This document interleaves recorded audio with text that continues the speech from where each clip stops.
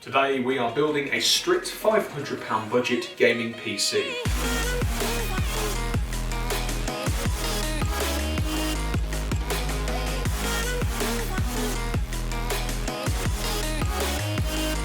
If you guys want to see the gaming section, skip on to 4 minutes 46 seconds.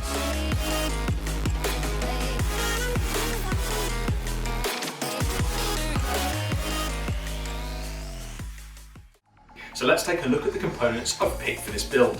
For the case, I've gone for the CIT7 Micro ATX case, and this comes included with one rear fan. I have actually installed two brand new fans, which I'll show you in just a second. So for the processor, we had to go for Ryzen 3 3100. This is a 4-core 8-thread processor, and it comes with the RAID Stealth cooler as well. For memory, we chose this HyperX Fury set. It's 16 gig, 2x8. It's running at 3200 MHz and it has nice low frequencies. For the motherboard, we went for the Gigabyte DS3H micro form factor board. Now this is running on the B450 chipset, which will then upgrade in the future to support the latest processors. It comes with 4 memory DIMMs for expansion. It also comes with an NVMe slot and 2 PCI Express slots for graphics.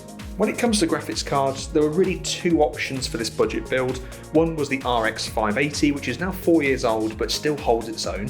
The second card was the 5500 XT, also with 8GB of RAM. This is also 7nm process, and it's the Mech edition from MSI. And this is a really nice looking card for the price. When it comes to storage and putting Windows on this machine, we've got a crucial P2 NVMe solid state drive. This is 500GB and it offers super fast read and write speeds.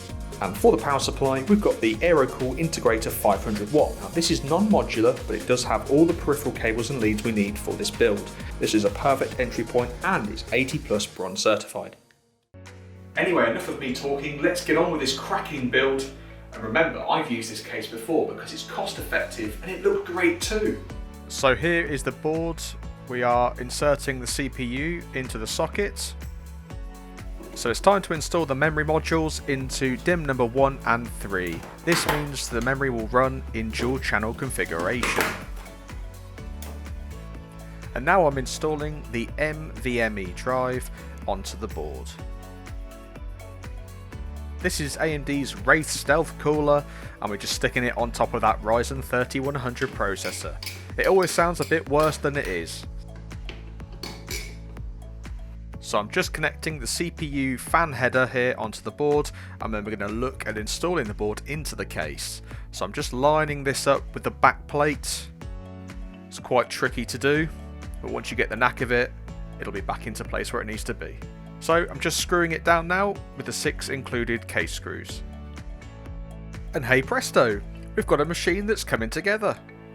So we're on to installing the power supply into the system now, just securing that into the case with the 4 included screws, and I'm going to sort through all the connections. This is the front panel, here comes the power leads, just routing them to see how they're going to go. Here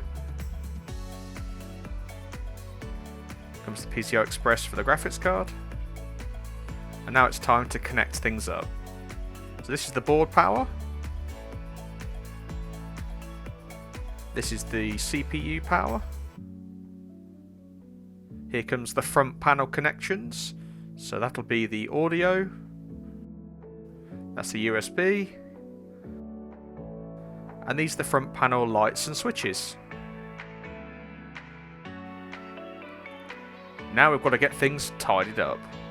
So onto some cable management. Now it's time to install the graphics card. This is the device that gives us the gaming performance. So I'm just removing the blanking plates from the back of the case. Now we're going to install the card and screw it into place. And the last thing to do, install the power for it. I'm pleased to say that is one completed system.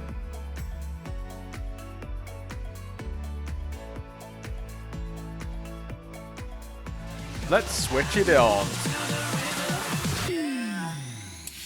Yeah! This is Battlefield 5 Ultra settings at 1080p, running at a smooth 60 to 70 FPS. Race Driver Grid Ultra settings, 120 frames per second. When it came to running the Shadow of the Tomb Raider benchmark, we achieved an average of 66 frames per second, and ultra settings, making this game super playable.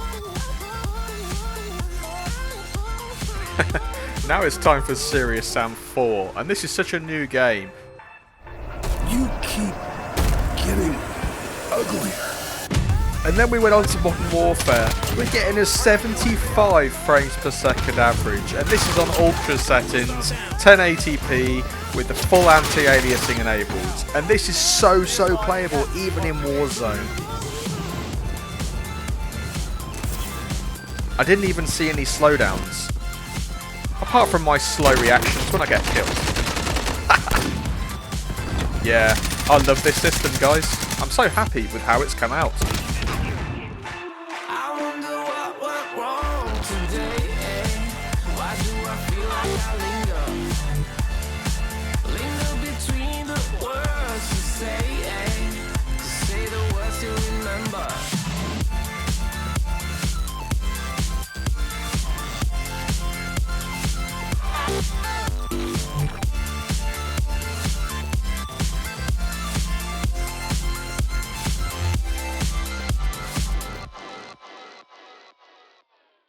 So let's recap on what we've built here. This is a £500 gaming computer, and look how well it plays games.